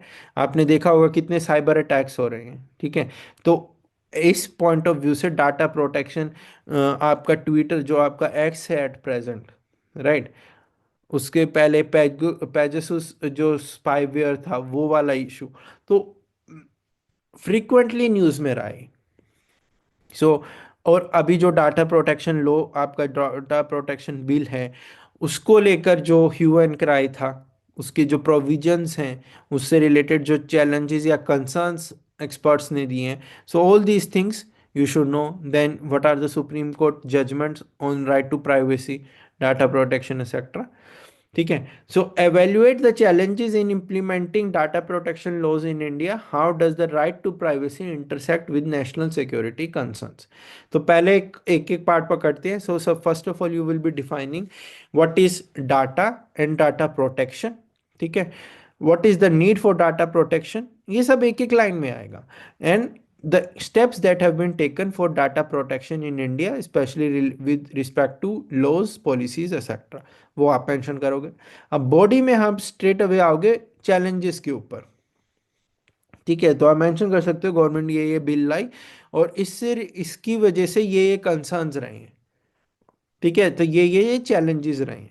ठीक है, so then you will come to how does the right to privacy intersect with national security concern. अब इसमें आप पहले बताओगे राइट टू प्राइवेसी है क्या, आपके कॉन्स्टिट्यूशन में कौन से आर्टिकल के अंडर आती है, सुप्रीम कोर्ट ने इसके बारे में क्या बोला है। ठीक है, और फिर आप बताओगे कि कैसे नेशनल सिक्योरिटी कंसर्न ज़्यादा इंपॉर्टेंट है या राइट टू प्राइवेसी ज़्यादा इंपॉर्टेंट है, किन चीज़ों में हम राइट टू प्राइवेसी को ज़्यादा प्रोमिनेंस देंगे, एंड कुछ ऐसे सिनेरियोज होंगे जहां पर हम नेशनल सिक्योरिटी से बिल्कुल कॉम्प्रोमाइज कर ही नहीं सकते. सो all these things you will be mentioning how does these two intersect with each other. Then you can also mention how to maintain that balance. कि हाँ, हम राइट टू प्राइवेसी के ऊपर भी हमारा फोकस रहेगा, नेशनल सिक्योरिटी पे भी फोकस कर रहेगा. तो वो बैलेंस कैसे बना के रखें, क्योंकि हमने बहुत बार देखा है कि कुछ सेक्शंस ऑफ द सोसाइटी नहीं जी, सिर्फ नेशनल सिक्योरिटी पे फोकस होना चाहिए, राइट टू प्राइवेसी जैसी चीज़ कोई एग्जिस्ट ही नहीं करती, इवन सर्टन गवर्नमेंट से सो. ठीक है. फिर कुछ ग्रुप्स ऐसे होते हैं that they are only pro privacy, national security चाहे बैक बर्नर पे जाए, privacy is something that matters. तो वो कैसे हम बैलेंस बिठाएं उन चीज़ों में, you will be mentioning that. Third is related to cyberspace, cyber security. You can say n number of issues, n number of newspaper articles have appeared on this particular theme. A country's economic growth and national security rely on stable and secure cyberspace. तो यहाँ पर आप India के as an example के तौर पे use कर सकते हो कि ऐसे इंडिया का economy that is dependent upon cyber space now. ठीक है. और ऐसे ही नेशनल सिक्योरिटी भी, हमारी सैटेलाइट्स हुई, हमारे क्रिटिकल इंफ्रास्ट्रक्चर हुआ, how that is dependent on a secure cyber space. अब इस कंटेक्स्ट में जो हमारी नेशनल साइबर सिक्योरिटी स्ट्रेटजी है, उसके क्या क्या पॉइंट्स हैं. ठीक है. उसके क्या क्या पॉइंट्स हैं, तीन चार पॉइंट्स लिख के you have to mention, is it sufficient, क्या ये सफिशिएंट है, हमारा जो इंफ्रास्ट्रक्चर है, हमारा जो एट प्रेजेंट मैकेनिज्म्स हैं to address over the challenges, the cyber threats, या फिर given the emerging cyber threats, given the complex nature of emerging cyber threats, given the interrelated nature. Interrelated means अब ऐसा नहीं है कि वो स्टैंड अलोन चीजें हो रही हैं. No, one issue is getting interrelated, intermixed with some other issue. तो ऐसे में क्या हमारा जो डॉक्यूमेंट, हमारी जो स्ट्रेटेजी है, क्या वो डायनामिक नहीं होनी चाहिए. It should be evolving in nature, automatically it should be evolving in nature. So in that context you will be mentioning the measures to address these threats. ठीक है. Election process in India, this is the next theme. So here two things, two important things have happened. One is that delimitation. Delimitation को लेकर कितना अभी issue चल रहा है, specially in southern states, Tamil Nadu etcetera. Explain the delimitation process in India, highlighting its historical timeline and challenges involve. तो पहले तो आप बताओगे what is delimitation, what are the constitutional provisions related to delimitation. Then you will be mentioning what since independence in a chronological manner, कि कब कब delimitation हुआ है, किस बेसिस पे हुआ है, कब तक के लिए हमने इसको पोस्टपोन कर दिया था, and so on. So what are the challenges, कि क्या चैलेंज रहते हैं कोई भी ऐसा डिलिमिटेशन प्रोसेस करते हुए. Then how does delimitation impact political representation and electoral fairness. तो आप यहाँ पर दो सब हेडिंग्स बनाओगे, impact on political representation, impact on electoral fairness. Then you can give examples. Recently there was a newspaper report that अगर delimitation पहले हो गया होता, ठीक है, तो जो अभी के इलेक्शंस थे उसमें जो बीजेपी है, बीजेपी को और ज्यादा सीट्स अब मिलती. ठीक है. सो डिलिमिटेशन होता गया, आपकी पॉलिटिकल बाउंड्रीज को रीड्रॉ करना बेसिकली. तो ये अकॉर्डिंग टू वन रिपोर्ट, तो BJP would have secured more more number of seats. ठीक है. तो ऐसे पॉलिटिकल रिप्रेजेंटेशन पे क्या इंपैक्ट होगा वो आप मेंशन कर सकते हो. इलेक्टोरल फेयरनेस पे क्या होगा. अब कंक्लूजन में आपने क्या स्टैंड रखना है, कंक्लूजन में आपने यही स्टैंड रखना है कि it is the need of the hour, कि कुछ चीजें होती हैं जो विद टाइम हमें उनको ट्विक करना पड़ता है according to the contemporary times. तो डिलिमिटेशन का अब टाइम आ चुका है. अब ये नहीं है कि उसको फर्दर पोस्टपोन किया जाए. हाँ, किस बेसिस पे अब इस प्रोसेस को हम कैरी आउट करेंगे, that that can be discussed. But the process per se it can not be delayed further. So वही आपका स्टैंड रहना चाहिए। And secondly, it should not be like something कि पॉलिटिकल इसको इशू बना के, ठीक है, कि इसको इतना ज़्यादा पॉलिटिकली इन्फ्लुएंस कर दिया जाए चीज़ को कि अपना जो इसका मेजर मोटिव है, ऑब्जेक्टिव है, वो ही हम बाईपास कर दें। सो उस पे हमारा फोकस रहना चाहिए। Second, discuss the feasibility and challenges of implementing one nation one election policy in India. तो ये अभी आपको पता है, जो हमारे फॉर्मर प्रेसिडेंट थे कोविंद, उनकी जो कमेटी थी उन्होंने भी इसको फेवर किया था। Prime minister keeps favouring this. So what is the feasibility? So first of all, what is one nation one election policy, वो डिफाइन करो। हिस्टोरिकली क्या रहा है, कैसे कुछ सालों तक हम वन नेशन वन इलेक्शन को फॉलो करते थे, ठीक है। तो उसके क्या एडवांटेजेस हैं, क्या डिसएडवांटेजेस हैं, उसका क्या इम्पैक्ट होगा इंडिया के फेडरल स्ट्रक्चर पे, इंडिया के इलेक्टोरल प्रोसेस पे, वो आप मेंशन करोगे। And in this type of question, see the points, जिसको भी कंसेप्ट समझ आता है उसके पास पॉइंट्स होंगे, बट फोर्टर कहाँ से आएगा? जब आप एक्सपर्ट्स को कोट करोगे, जब आप कमिटीज को कोट करोगे, उससे आपको मार्क्स मिलेंगे। अगेन, अब ये वाले में स्टैंड क्या रखना है? स्टैंड यही रखना है कि अगर वन नेशन वन इलेक्शन हमारी डेमोक्रेसी को स्ट्रेंथन करता है, obviously it is a step in the right direction. But अगर उसको हमारी डेमोक्रेसी को सप्रेस करने के लिए स्टेप उठाया गया है, तो obviously that can not be allowed. तो ये चीज हमने इंश्योर करनी, ठीक है। So whenever you are writing any answer for a civil service exam, always make sure at the end of the day your constitutional values, your constitutional ethos that have to be upheld। तो आपने ऐसे answers देखने हैं जैसे constitution ही आपका religion, right. Now on decentralization and local governance, अब इसमें रेलेवेंट टू योर स्टेट भी क्वेश्चन आ सकता है, relevant to India in general, it can also come. So first is analyze the effectiveness of PRIs in promoting grassroots democracy and local development. What challenges do they face in the current socio-political context?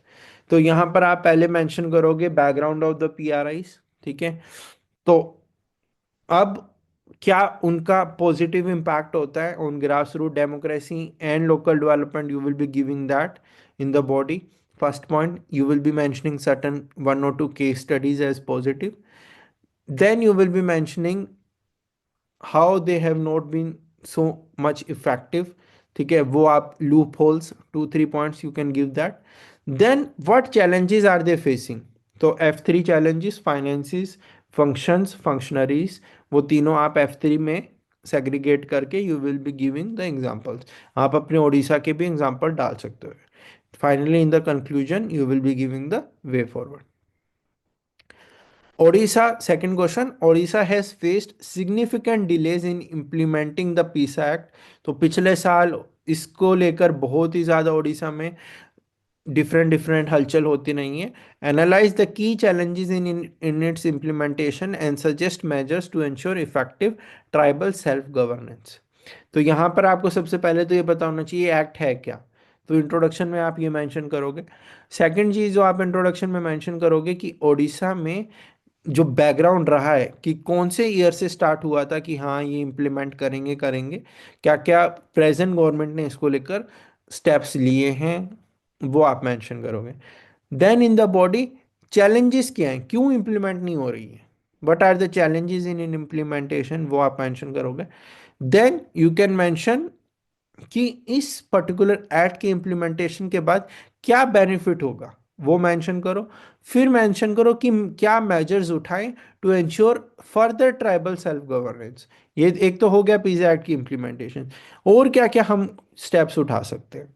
And then in the conclusion you can mention that why tribal self governance, why empowerment of the tribal people is so much required in Odisha. तो यहाँ पर आप अपना ओडिशा का tribal population, उनका contribution to the economy, वो सब factors लेके आओगे, ठीक है। Then after decentralization the next theme is governance. अब गवर्नेंस के ऊपर तीन इंपॉर्टेंट चीजें हैं। First of all RTI act. तो आरटीआई एक्ट 2005 2025 2 डिकेस, तो इसके ऊपर क्वेश्चन आ सकते हैं। और जो उड़ीसा में आपके इंफॉर्मेशन कमिश्नर को लेकर जो इशू चलता रहा है, तो वो भी एक रेलेवेंट थीम है। Trace the evolution of RTI act in India, तो यहाँ पर आप यहाँ पर आपने मेंशन करना है राइट फ्रॉम बिगिनिंग। ठीक है, आरटीआई 2005 से पहले भी क्या क्या स्टेप्स लिए गए हैं वो सब आप मेंशन करोगे। देन व्हाट चैलेंज, ये आपका इंट्रोडक्शन बन जाएगा। This will form your introduction, you will B also mentioning about little bit about the act. What challenges does it face in ensuring full transparency and accountability? तो यहाँ पर आपने अब बताना है इन द बॉडी कि उसका इम्प्लीमेंटेशन स्टेटस क्या है। पहले इम्प्लीमेंटेशन स्टेटस बताओगे तभी बता सकते हो कि चैलेंजेस क्या क्या है। तो इम्प्लीमेंटेशन स्टेटस बताया, उसके बाद बताओ चैलेंजेस क्या क्या है। चाहे वो कि पॉलिटिकल इश्यूज हों, एग्जीक्यूटिव को लेकर इश्यूज हों, वो सब मेंशन करोगे। लोगों को समझ नहीं है, लोग लाथार्जिक हैं, पीछे हट रहे हैं क्योंकि इंफॉर्मेशन नहीं प्रोवाइड की जा रही, तो वो सब चीज़ें you can mention. Then suggest the measures, again as I have told you earlier, in the measures you will be quoting experts, you will be mentioning the name of the committees of ARC etcetera, वो आप mention करोगे। Second, what are the major challenges India faces in achieving the SDGs? तो SDGs के ऊपर पहले भी बहुत question आए हैं, पिछले साल भी क्वेश्चंस थे, यूपीएससी में भी आते रहे हैं। How can poverty alleviation measures be integrated into India's SDG strategy? अब ये दो थीम्स को रिलेट कर रहा है, एक पॉवर्टी एलिवेशन को लेकर, दूसरा एसडीजीज को लेकर। तो अब आपने पहले तो डिफाइन करना है in the introduction what are SDGs. ठीक है, अब बॉडी में, in the body start with India ने क्या क्या टारगेट रखा था, ठीक है, और क्या क्या अचीव कर लिया। तो इसके ऊपर आपके पास फैक्चुअल इंफॉर्मेशन होनी चाहिए, तभी आप चैलेंजेस मेंशन कर सकते हो कि इंडिया ने SDG 1 को लेकर ये टारगेट रखा था, ये अचीव कर लिया, इस SDG को लेकर ये टारगेट रखा था, ये अचीव कर लिया। अब ये टेबल जब आपने बना दिया, उसके बाद आप चैलेंजेस जो इंडिया फेस कर रहा है उसको एनुमरेट कर रहे हो। ठीक है, अब ये हो गया पहला पार्ट। दूसरा पार्ट बोल रहा है पॉवर्टी एलिवेशन मेजर्स को कैसे इंटीग्रेट करें इंडिया की एसडीजी स्ट्रैटेजी में।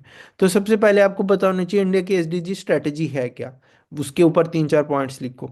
क्या उसमें पॉलिटिव एलिवेशन के ऊपर फोकस है?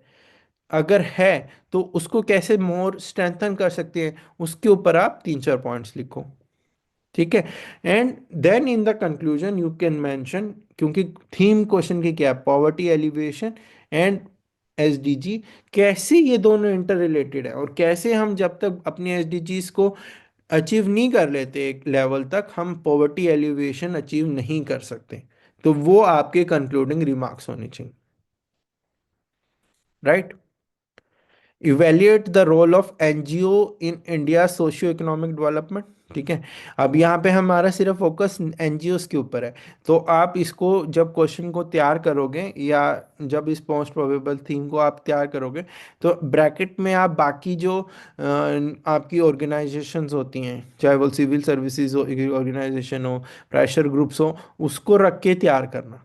ठीक है, तो एनजीओस का क्या रोल है सोशियो इकोनॉमिक डेवलपमेंट में? So start with the definition of NGOs, what are NGOs, give 1 2 examples. Then in the body, their role in India's economic socio economic development. तो यहाँ पर भी you have to mention the examples. तो social development में कौन कौन सी NGOs part कर रही हैं, वो केस स्टडी डालो। इकोनॉमिक डेवलपमेंट में कौन कौन सी एनजीओस ने हेल्प किया, वो डालो। How has the government's recent crackdown on NGOs affected their funding? तो पहले तो आपको ये पता होना चाहिए कि कैसे NGOs funding, they get funding, what are the sources of their funding. बाहर से आता है, फ्रॉम फॉरेन फंडिंग है, कितनी फॉरेन फंडिंग अलाउड है।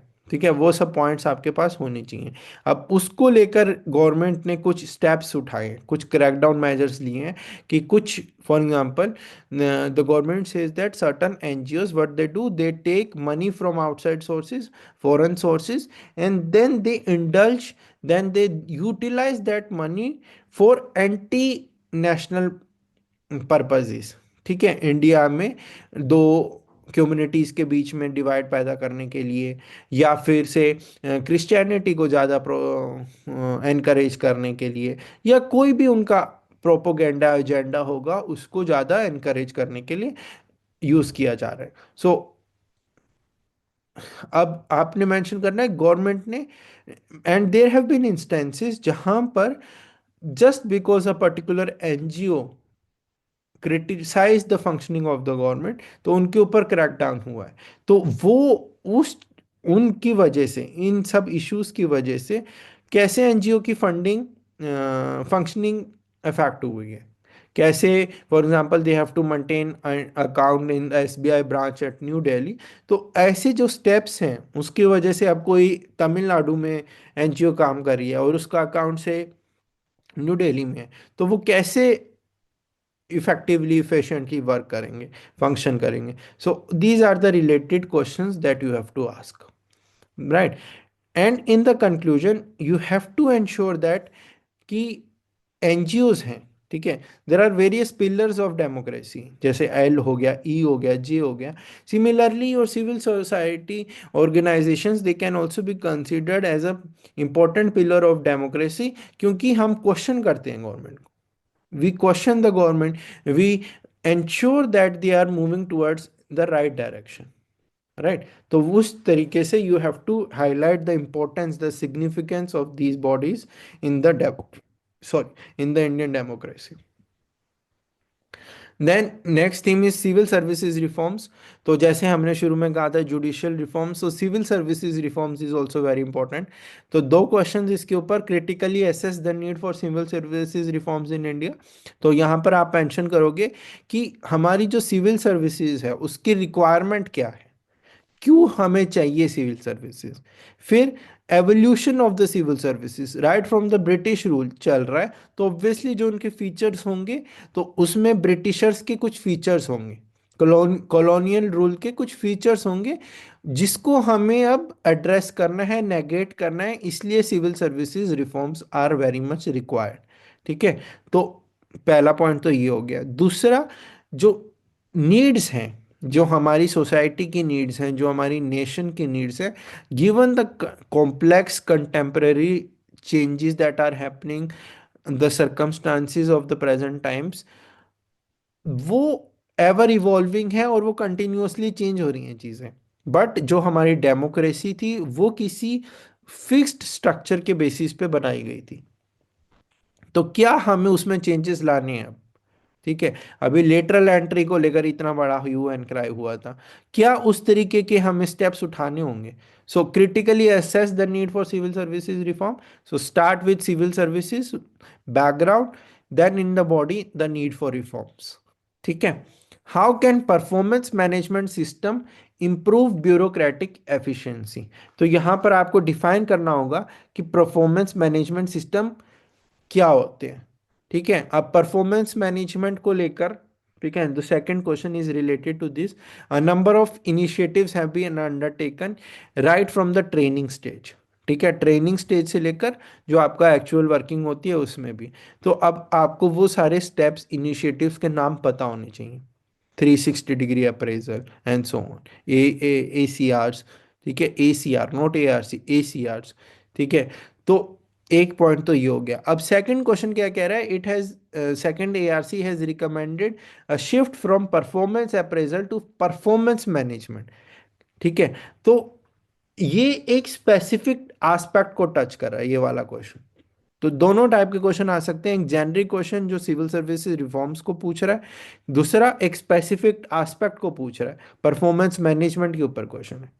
ठीक है, तो अब पहले क्वेश्चन में आपने सबसे पहले बता दिया what is civil services, the need for civil services, then what is performance management system, how performance management systems they improve bureaucratic efficiency। ठीक है, अब यहाँ पे ये मेंशन करने के बाद आप ये मेंशन कर सकते हो कि कैसे जो प्रेजेंट में हमारे परफॉर्मेंस सिस्टम्स हैं, अप्राइजल सिस्टम्स हैं, दे आर नॉट सफिशिएंट। ठीक है, hence there is a need for performance management system. तो ये हो गया आपका फर्स्ट क्वेश्चन। सेकंड क्वेश्चन का भी सिमिलर ही रहेगा structure. It that second ARC has recommended shift from this to this, critically analyze the deficiencies in the existing system and highlight the key features of the proposed reforms।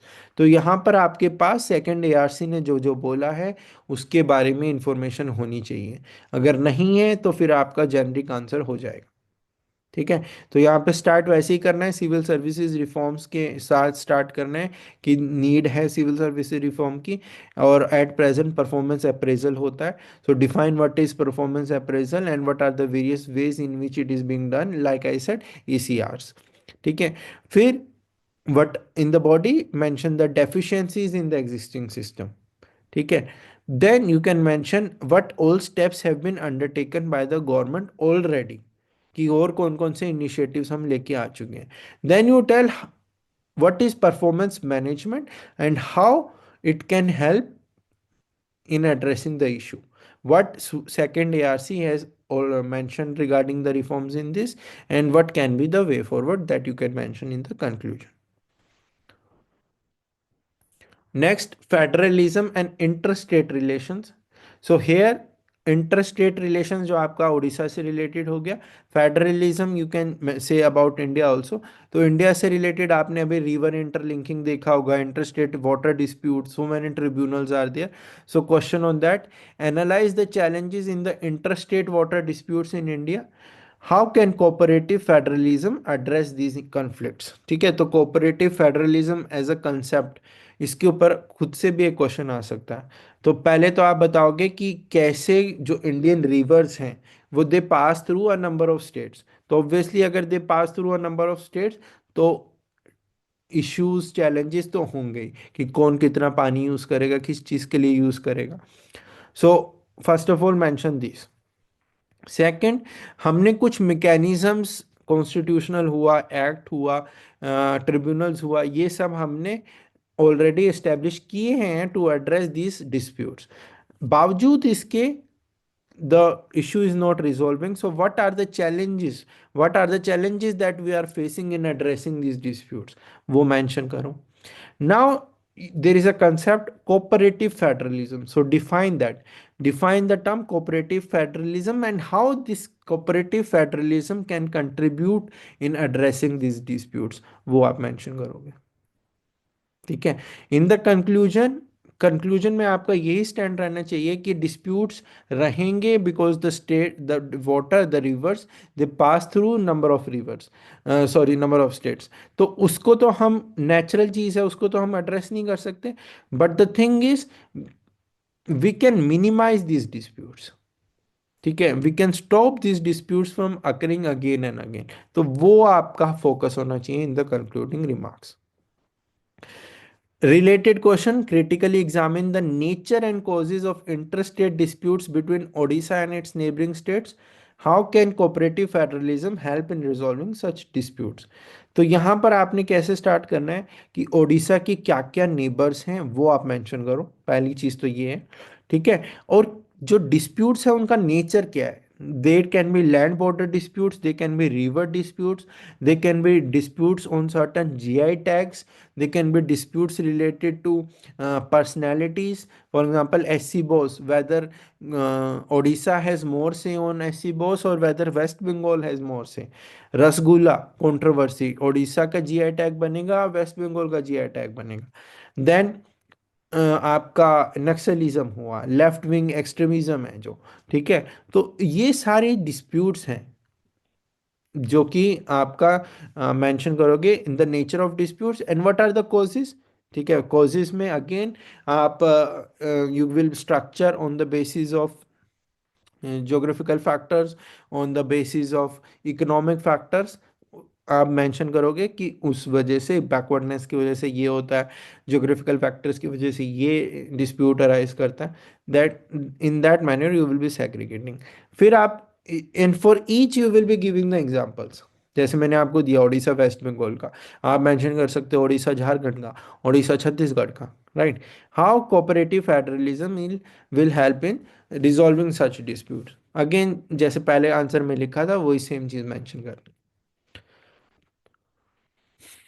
Third, national NRC, जो आपका national register of citizen है, slightly outdated now. So first of all mention what is NRC. Introduction में what is NRC? In the body start with impact on the demography, impact on social fabric. ठीक है, federalism से related है ना। So what challenges is does it portray? तो जब आपने impact बता दिया, एक पॉजिटिव इम्पैक्ट होगा और एक नेगेटिव इम्पैक्ट होगा। So negative impact will be the challenges, and then after mentioning those challenges you will give the way forward। ठीक है। So last theme for today, India's role in global negotiations. तो आपने देखा होगा, चाहे वो climate change हो, India अपना एक स्टैंड रखा हुआ है। There are so many issues.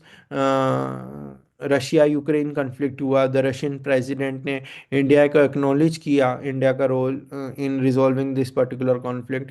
फिर आपका मिडल ईस्ट क्राइसिस हुआ। ठीक है, इसके अलावा भी इंडिया की जो सॉफ्ट पावर है, जब भी कोई भी डिजास्टर होता है तो इंडिया उस पर्टिकुलर कंट्री की हेल्प के लिए, जैसे अभी म्यांमार में ऑपरेशन ब्रह्मा हुआ। ठीक है, कोई भी नेगोशिएशन हो तो वहां पर इंडिया का एक अपना स्टैंड होता है। India is aspiring global power and India has a से इन ग्लोबल मैटर्स नाउ। तो यहाँ पर जैसे आपने क्वेश्चन देख रहे हो, evaluate India's position and contributions in global negotiations. तो यहाँ पर ग्लोबल नेगोशिएशंस की जगह ग्लोबल क्लाइमेट चेंज नेगोशिएशंस हो सकता था। ठीक है, तो कोई भी आप एक पर्टिकुलर थीम को उठा के यहां पर डाल सकते हो। रशिया यूक्रेन कन्फ्लिक्ट नेगोशिएशन हो सकता था। ठीक है, मिडल ईस्ट क्राइसिस नेगोशिएशन हो सकता था, इजराइल पैलेस्टाइन हो सकता था। तो कोई भी वर्ड डाल दो आप। तो ये एक बहुत ही सिग्निफिकेंट क्वेश्चन है। India's position on that particular theme and India's contribution. ठीक है, how does the domestic policy align with international commitments? तो अगर अब इस क्वेश्चन में अगर होता क्लाइमेट चेंज, तो आपने सबसे पहले क्या मेंशन करना है? से the question would become evaluate India's position and contributions in global climate change negotiations, how does domestic policy align with international commitments? तो आप कैसे शुरू करोगे? यू विल बी मेंशनिंग कि क्लाइमेट चेंज को क्या क्या लेकर क्या क्या नेगोशिएशन हो रही हैं, पेरिस टॉक्स के बाद क्या क्या हुआ है, क्या उनसे सीओपीज अभी हुए हैं, उसमें डेवलप कंट्रीज का क्या स्टैंड रहा है, डेवलपिंग कंट्रीज का क्या स्टैंड रहा है, इंडिया की क्या पोजीशन रही। ठीक है, first of all then in the body you will be covering India ने अभी तक क्या कंट्रीब्यूट किया है। Right from the beginning, again move in a chronological manner. India ने इस पर्टिकुलर सीओपी में ये कंट्रीब्यूट किया, इंडिया ने इंटर सोलर अलायंस आया, ये सब चीज़ें आप मेंशन करोगे। इंडिया अपने आईएनडीसीज लेके आया, इंडिया ने अपने टारगेट्स फिक्स किए, इंडिया का नेशनल डिटरमिनेंट टारगेट्स ये हैं। तो वो चीज़ें आप मेंशन करोगे। फिर आप बताओगे how does India's domestic policy align with international commitments. Same चीज़ है कि इंडिया ने जो पॉलिसीज लेके आई, हमारा नेशनल एक्शन प्लान हुआ क्लाइमेट चेंज को लेकर, हमारे जो खुद के टारगेट्स हैं वो कैसे हमारे इंटरनेशनल कमिटमेंट्स जो हमने पेरिस में बोला या सब्सिक्वेंट सीओपीज में बोला, उनसे कैसे सिंक बैठता है। ठीक है, हमारी कोल ट्रांजिशन को लेकर जो पॉलिसी है, जो हमने इंटरनेशनल फोरा में बोला, क्या हमारी डोमेस्टिक पॉलिसी उससे सिंक बैठ रही है या उससे आउट सिंक है। तो वो सब चीज़ें आप सेकंड पार्ट में मेंशन करोगे। फाइनली इन द कंक्लूजन आपका फोकस, आपके क्वेश्चन की लैंग्वेज सोचो, इंडियाज पोजीशन पूछा हुआ है। ठीक है, तो कैसे इंडिया एक इफेक्टिव रोल करेगा and being you can say as a spokes person for the developing nations and specially the global south, कैसे इंडिया की पोजीशन, ठीक है, सब्सिक्वेंट क्लाइमेट नेगोशिएशंस को इफेक्ट करेगी। सो उस थीम के around you will be developing your conclusion. So this I have just mentioned about climate change. This can be related to any other theme, चाहे वो weapons को लेकर हो, ठीक है, चाहे वो crisis को लेकर हो। So this is an important theme and a question is expected from this. So with this I have undertaken most probable questions and most probable themes for the first two papers, GS1 and GS2. In the next video we will be discussing related to your GS3 and GS4. Thank you and best of luck for your GS1 and GS2 exams.